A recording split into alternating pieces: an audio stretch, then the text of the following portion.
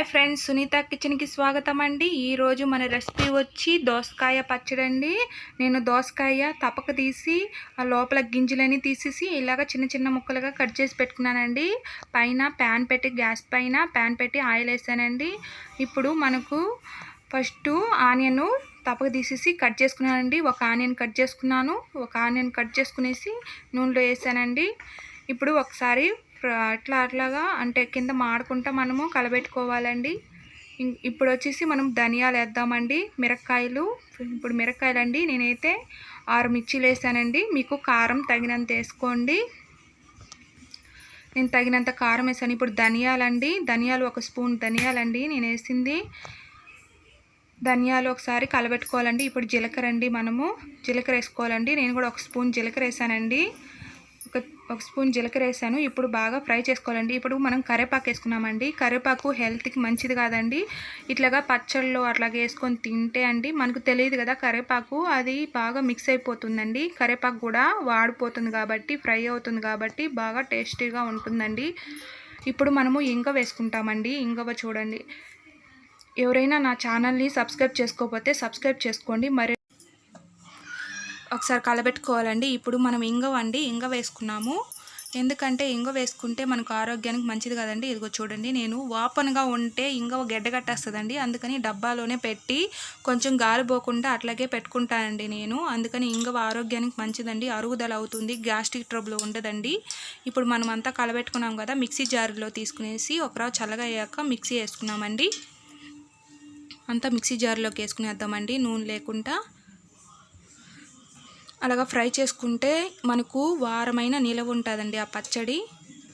ఇది దోశలోకి, చట్నీ అన్నిటికీ బాగుంటుందండి. దోశకి, రైస్లోకి, టిఫిన్కి మొత్తం బాగుంటుందండి. కానీ చపాతీకి బాగుండదు. ఇప్పుడు కొంచెం ఆయిల్ వేసుకునేసి ఇప్పుడు మనం దోసకాయని కొంచెం చిన్న చిన్న ముక్కలుగా వేసుకున్నాం కాబట్టి, అవన్నీ కట్ చేసుకున్నట్టు కాబట్టి వేసుకోవచ్చండి. కొంచెం ఆయిల్ వేసేసాం కదా, ఇప్పుడు వేసుకునేసి ఫ్రై చేసుకున్నామండి. అవి కూడా బాగా మగ్గాలండి. మగ్గితే టేస్ట్ బాగుంటుందండి. ఇలాగ మగ్గాయి కదండి. మగ్గాక నేను ఆ మిక్సీలో వేసిన దాన్ని ఒకసారి గ్రైండర్ చేసేసానండి. మిక్సీకి వేసేసాను. ఎందుకంటే అది నలగదండి ధనియాలు, అందుకనేసి ముందుగానే మీరు వేసుకోండి మిక్సీకి. ఇప్పుడు దోసకాయ ముక్కలు వేసుకుంటున్నానండి. ఈ దోసకాయ ముక్కలు కూడా చల్లారే లోపల మనం వేసుకుంటామండి. మిక్సీకి వేసుకున్నాము. ఇప్పుడు మళ్ళీ ప్యాన్ పెట్టుకున్నామండి. ప్యాన్ పెట్టుకునేసి టమాటాలండి 3 టమాటాలు కోసానండి నేను. ఇగో టమాటాలండి 3 టమాటాలండి పెద్దవి కోసాను. ఇప్పుడు ఆయిల్లోనే మనం ఫ్రై చేసుకుంటామండి. కొంచెం ఆయిల్లోనే మగ్గాలండి టమాటాలు, లేకపోతే పచ్చి స్మెల్ వస్తుందండి టమాటాలు. అందుకని ఆయిల్లోనే మనం ఫ్రై చేయాలండి. ఇప్పుడు ఉప్పు వేసేసామంటే తొందరగా ఫ్రై అయిపోతాయని నేను ఉప్పు వేసానండి. ఇప్పుడు దాంట్లోనే మనం కొంచెం చింతపండు అండి, మనకు కర్రీకి అదే పచ్చడికి ఎంత కావాలో దానికి సరిపోయేటట్టుగా చింతపండు అండి.